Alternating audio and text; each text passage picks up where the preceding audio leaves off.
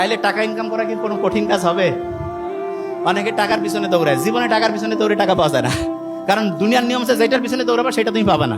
তাহলে ভাই কাজটা কি? আচ্ছা, বর্তমান পৃথিবীতে সবচেয়ে বেশি টাকা আছে ধনী লোক একটা নাম বলেন তো কে? Elon Musk. Very nice. 1835 সালে জন্ম নিয়েছে আমেরিকায় একজন এরকম ধনী লোক ছিল যার নাম অ্যান্ড্রু কার্নেগি। কি নাম? Andrew Carnegie. তা উনি ব্যবসা বাণিজ্য যেটাই করে খালি কোটি কোটি কোটি কোটি টাকা ইনকাম করে। আমেরিকার যে হচ্ছে গোয়েন্দা বাহিনী আছে না, তারা চলে গেছে তার কাছে, যে বলতেছে যে কি ব্যাপার, আপনি এত টাকা ইনকাম করতেছেন, সব কাগজপত্র আমাদেরকে দেখান। উনি সব কাগজপত্র দিয়েছে। কাগজপত্র দেখার পরে কোনো জায়গায় কোনো দুই নাম্বারই ধরা পড়ে নাই।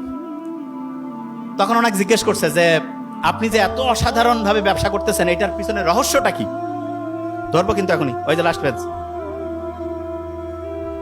তা উনি তখন বলতেছে যে রহস্য হচ্ছে আমি যে কোনো একটা বিষয়ে 5 মিনিট মনোযোগ দিতে পারি। শুনুন আগে মন দিয়ে, কয় মিনিট মনোযোগ দিতে পারে?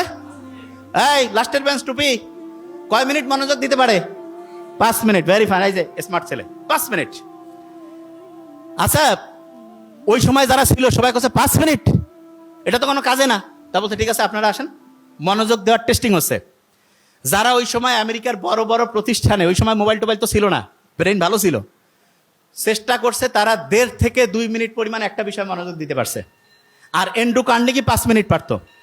আমরা যারা মুসলমান তারা যদি মন দিয়ে নামাজ পড়ি, দৈনিক যত রাকাত নামাজ পড়ি, এটা যদি মন দিয়ে পড়ি, তাহলে আমাদের মনোযোগ দেওয়ার যে ক্যাপাসিটি, এইটা অ্যান্ড্রু কার্নেগির চেয়ে বেশি হবে না কম হবে? তাইলে টাকা ইনকাম করা কি কোনো কঠিন কাজ হবে?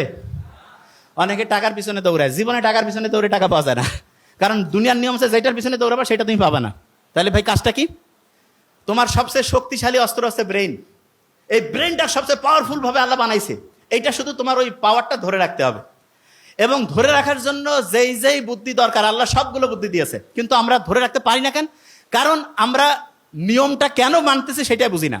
আমি যখন নামাজে দাঁড়াবো, নামাজে মনোযোগ দিলে এইটা ব্রেইনের ফোকাস করার যে ক্যাপাসিটি, ফোকাস। আচ্ছা, ফোকাস জিনিসটাকে আমি বলি, এই যে ক্যামেরা আছে না, ক্যামেরাটা আমি যেই দিকে টার্গেট করব, ছবি কি ওইটার আসবে না অন্য জায়গায় আসবে?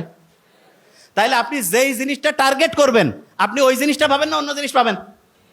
আচ্ছা, আপনি যদি টার্গেট করেন যে আমি আমার ব্রেনটাকে ঠিকভাবে ভালোভাবে কাজে লাগাবো এবং এইটাকে কাজে লাগিয়ে আমি আমার জীবনে অসাধারণ কিছু করব, তাহলে আপনি এটা পারবেন কি পারবেন না?